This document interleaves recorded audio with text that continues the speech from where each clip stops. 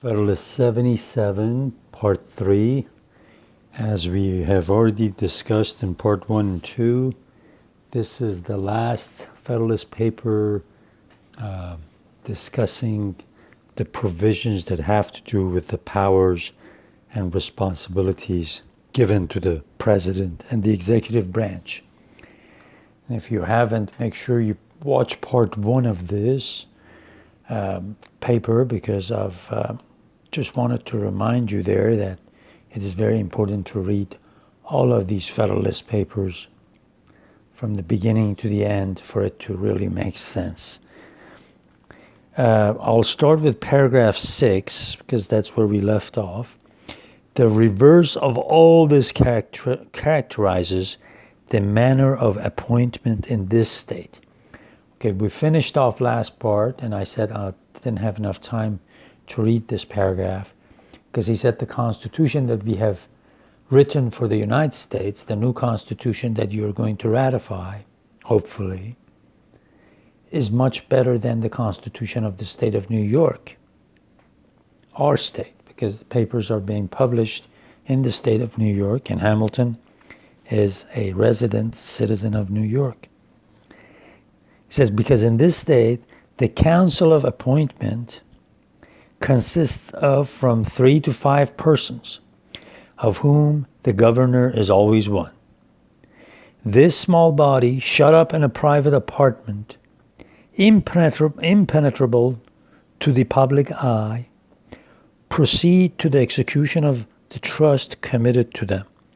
It is known that the governor claims the right of nomination upon the strength of some ambiguous expressions in the Constitution, but it is not known to what extent or in what manner he exercises it, nor upon what occasions he is contradicted or opposed.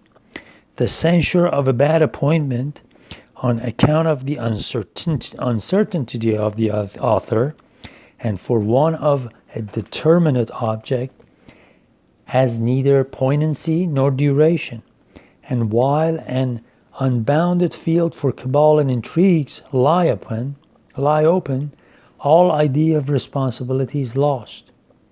So see, he says this is where the state of New York in its Constitution it's made a mistake, because a council, 3 to 5 people, nominate people to work in the executive branch of the state. He says when something wrong happens, you don't know who was it that made this nomination, whom you can hold responsible. Because 3 to 5 people, they can always say, well, the other person said this, the other person did this, the other person was the one that recommended this person.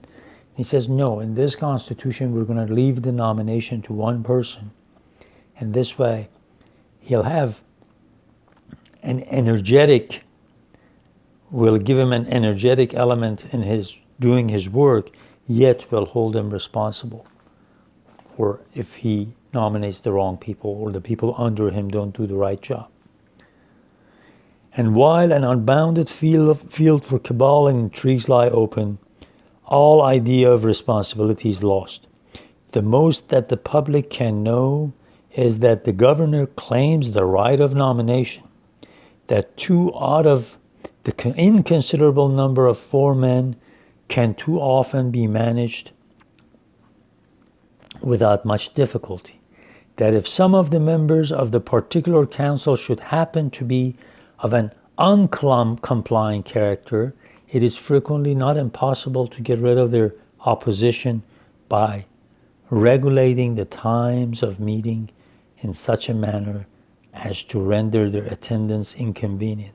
So he says some of these other tricks can also be played in these councils that will make the government not trustable. So it says, you can change the time and place that you're going to meet, leave some people out, and then not do your job the way it's got to be done. So he says when you have multiple people making a nomination, these are some of the difficulties that come from it. And I'll continue.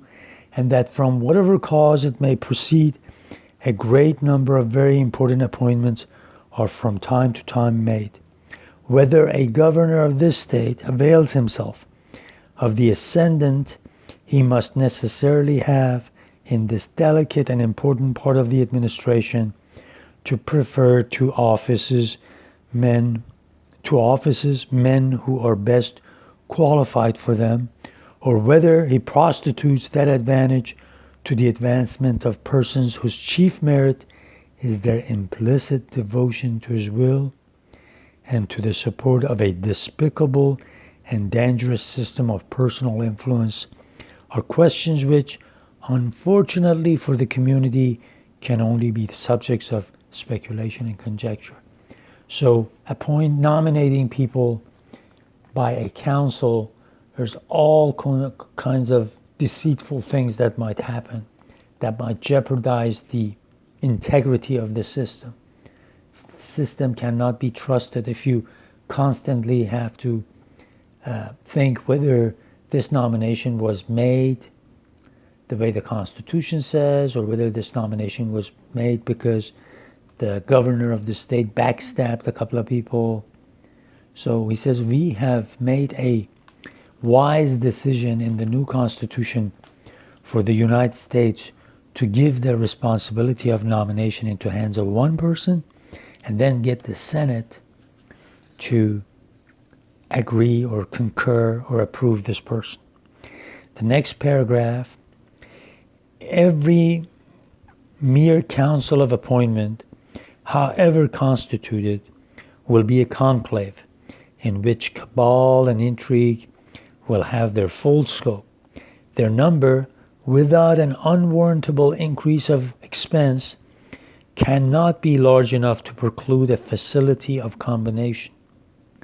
And as each member will have his friends and connections to provide for, the desire of mutual gratification will beget a scandalous bartering of votes and bargaining for places. The private attachments of one might easily be satisfied, but to satisfy the private attachments of a dozen or of 20 men would occasion a monopoly of all principal employments of the government in a few families, and would lead more directly to an aristocracy or an oligarchy than any measure that could be contrived.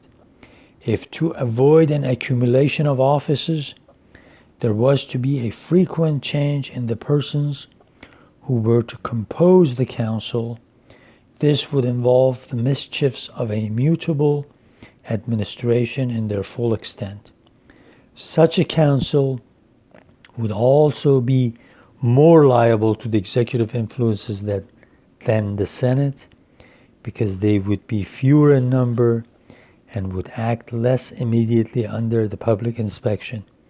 Such a council, in fine, as a substitute for the plan of the convention, would be productive of an increase of expense, a multiplication of the evils which spring from favoritism and intrigue in the distribution of public honors, a decrease of stability in the administration of the government, and a diminution of the security against an undue influence of the executive.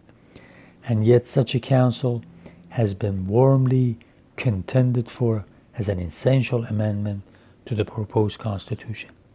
And he says, well, it's also foolish for us to have recommended a council, an additional council, an assembly other than the Senate or the House, to come and sit at the seat of the government just for approving the appointments or nominations of the president. He says that would be foolish. It's going to make it chaotic, costs a lot. Who are these council members going to be? And he says it just doesn't make sense. The Senate, which has been the senators which have been sent to the seat of the government, to the capital, in whom you've put so much your trust because you think they're virtuous, they're very wise people, they're going to be very informed. They are the ones that have got to be the ones that, they're the ones who've got to make that decision to confirm a nominee or not.